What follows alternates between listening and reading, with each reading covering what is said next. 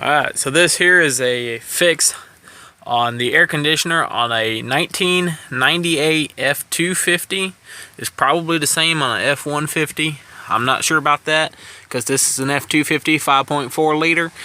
What was happening is the cooling and the heating, it would not switch from cooling to heating or vice versa. And every once in a while it would all of a sudden start heating, and I'll show you why here in just a second. Take it to a shop, they'd charge you $1,000 probably to do this fix, because they would have to drop the steering wheel and pull the dash completely off. Because what it is, or what it was, my problem was the blend door. The door that actually closes and seals off the heating coils broke. See, there it is right there, it snapped.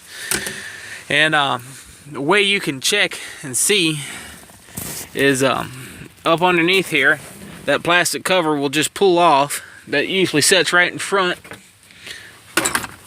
Try to make this video quick, but this plastic piece will it'll pull off. Then you can see underneath here, and the way that you can check to make sure your motor is still working, see this white plastic, the actuator here for that blend door, for the door to your blender, heat and cooling blender. Is you can turn the key on and you can switch this from cold to hot or hot to cold or whatever, and you should be able to see, if I can get my phone to focus here, in the back,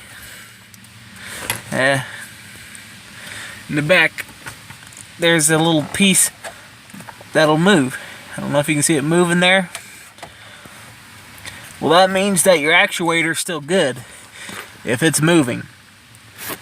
You have to crawl underneath there and just look at it and see.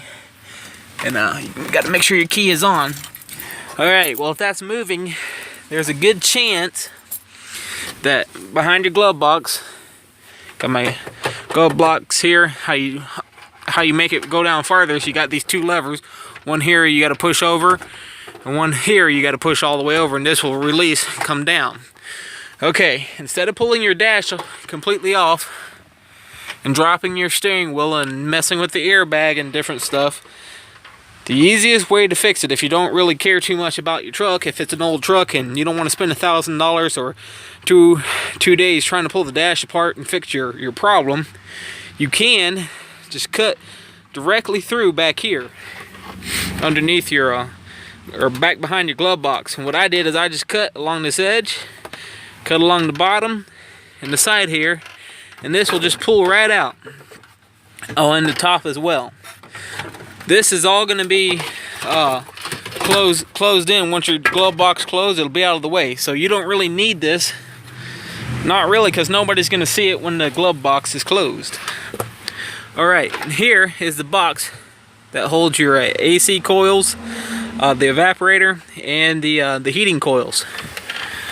And what you want to do is there's two bolts that you'll take out right there, and you just cut in along the edge, along the top, along the side, and this will split at the bottom already without you cutting it, and you just pull it out. Okay, see, I just pulled that out. Okay, right there, that door right there, that's the part that broke. And you should be able to pull it out through this area that you cut. Let me show you how it works.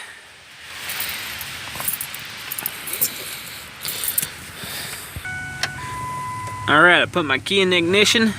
Right now it's set for cold. So these are your cold coils. And these are the coils over here. Whenever this door will open, you'll see that that's your hot coils. Okay, I turned it all the way to hot. You see that door? It's opening up to let your hot coils, leaving them exposed, so the air can flow through those instead of your cold coils, your evaporator.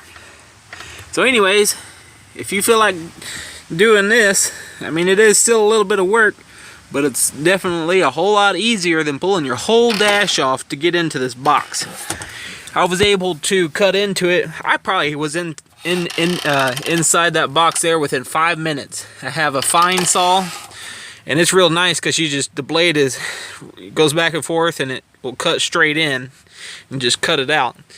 So hopefully this will save you some time, and really, I don't think it's that bad of a fix. And what you'd have to do is whenever you go to put this plastic piece back in, you're gonna have to just glue it back in.